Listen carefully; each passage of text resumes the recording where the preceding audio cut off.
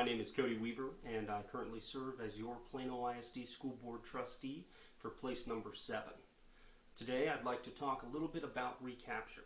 In January I gave a report on Recapture to a local community group, and they asked me to do a little film for them to do a recap for members that could not be there.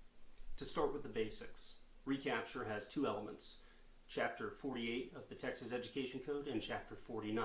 Chapter 48 of the Texas Education Code makes provisions for how much funding a school district is entitled based on students and the district's tax rate. Chapter 49, which Plano ISD falls under, requires that local revenue over these entitlement levels must be paid to the state in the form of recapture. What this means, there's a certain amount that we're allowed to keep per student, and everything over that goes back to the state. Plano ISD is expecting to pay $254 million in recapture. Since 1993, we've paid over $2.5 billion in recapture. Here's the problem, among many. The last legislative session, the last biennium, they budgeted for $6 billion for recapture. They collected $7.4 billion for recapture.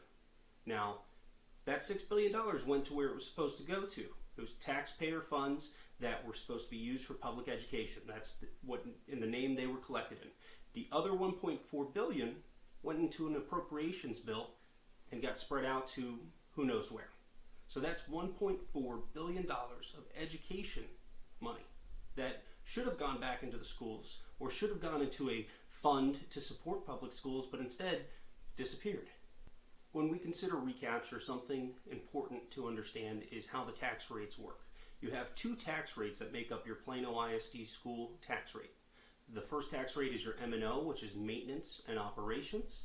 Your second tax rate is INS, interest and sinking, also known as the debt fund. The interest and sinking fund, or debt fund, is not subject to recapture. So we do not lose any money on our interest and sinking tax rate. Our M&O, our maintenance and operations budget and tax rate, that does get hit by recapture to the tune of 37%. That's right, 37% of every dollar, 37 cents of every dollar goes back to recapture for our M&O budget.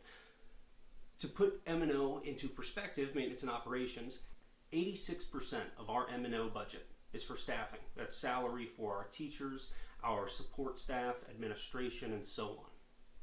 The next 9% is used for fixed costs, custodial contracts, fuel for our buses, heating and cooling, water and sewer, typical things that are also subject to inflation.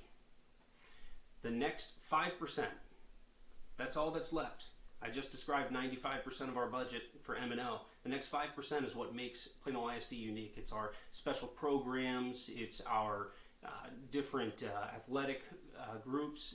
Everything that makes a school district unique lives in that 5%. I think it's important to include this chart in our conversation. As you'll see, in 1994, recapture begins. It gradually increases until it spikes, and in 2006, realizing they've got a problem, House Bill 1 passes and we see a temporary fix to recapture. Then we see House Bill 3646, just a few years later, do the same thing, and it brings down recapture quite a bit. And then, of course, we see it going up this third time, and House Bill 3, a temporary buy down happens again, and now we're higher than we've ever been before. So what this chart shows is the Texas legislature, no matter how much they say they've solved public school funding, they've only done temporary measures, nothing permanent. And we'll get into some legislative remedies that will provide some permanent funding fixes that can provide some relief to districts like Plano ISD that pay millions, hundreds of millions in recapture and also have a budget deficit at the same time. The basic allotment is the legislatively mandated apportionment of funds from the general revenue funds that goes to each school district to provide a basic level of education for the district's residents. I'd like to touch on this chart as well. This chart shows the basic allotment as legislatively mandated, And you'll see that it doesn't change very often, and when it does, it's not by much. With the changes in inflation that have happened just over the past 2 years, much less the past 10 years, this is not a sustainable model. So I've spent some time talking about some of the problems that we have with Recapture, and now I'd like to spend a little bit of time talking about solutions. The Plano ISD Legislative Subcommittee has a list of remedies that we have given to our Texas legislators. That includes Senator Paxton, Senator Hall, as well as Representative Shaheen, Leach, Plessa, Justin Holland, and Candy Noble. So we have given those out, and we understand that there are other school districts that also have some of these same legislative priorities, but these are remedies that can help all students as well as districts that are suffering from excess recapture like Plano ISD. Legislative remedy number 1 is to convert 2 copper pennies into golden pennies. That will make them not subject to recapture and will benefit the Plano ISD budget by $6 million.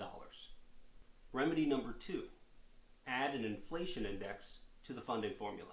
Effectively, this would make it to where the Texas legislature will not have to vote every 2 years on what the basic allotment is. The basic allotment will be tied to an inflation index, and that will increase what schools get, but also as deflation happens, if that ever happens, that would also happen under these circumstances as well. So we're very open to that, and we think that based on how the economy is going, an inflation index is the right way to go.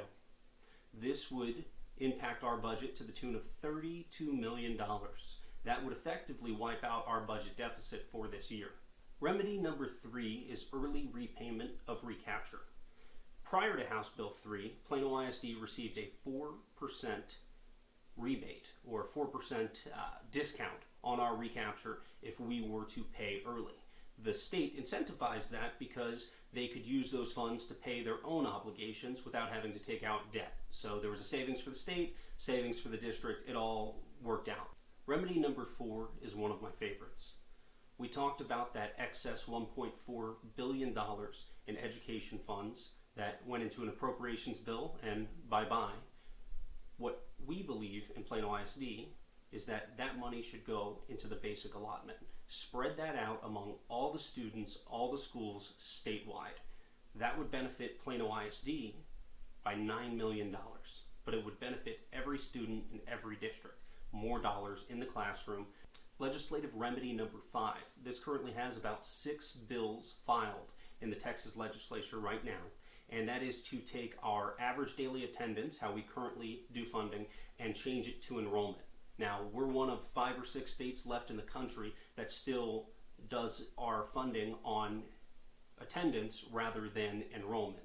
Now, there are some state legislators that have said there needs to be proper accountability measures before they can agree to go along with something like this, and I totally agree with them. Accountability measures are absolutely needed for something like this. There needs to still be incentive to have kids in school, but I think this is a great idea. I think changing this will definitely help the district.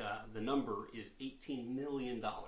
It would save the district $18 million if we switched to enrollment instead of average daily attendance.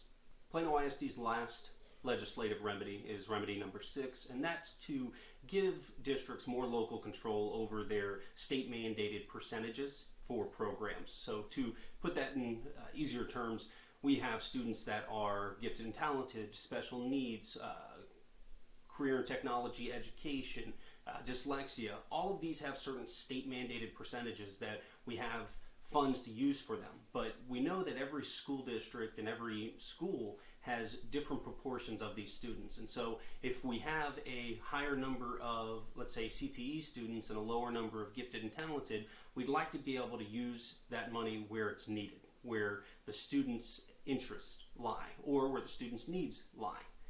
Thank you for watching this video. I'd like to invite you to my campaign kickoff, February 15th. It's a Wednesday. Doors open at 6 p.m. Program begins at 6:30, and it will be at Turkish Cafe in Plano. That's going to be just northern part of Preston. Feel free to reach out with any questions. Cody Weaver, PISD, at gmail.com, and I hope to see you next time.